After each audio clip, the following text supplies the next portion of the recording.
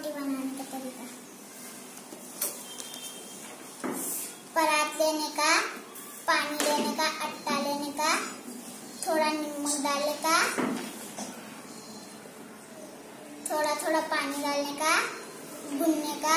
छोटे छोटे पेड़े बनाने का, बेलने का, तवे पर सेकने का, दोनों तरफ सेकने का, डालने का। रोटी बनाने की तरीका ये पड़ा लेने का, ये लोटे में पानी लेने का, आटा डालने का, नमक डालने का, जब जरा जरा पानी डालने का, लड्डू बनाना, आटा भरने का, बेल को लड्डू बनाने का, सेकने का, एक एक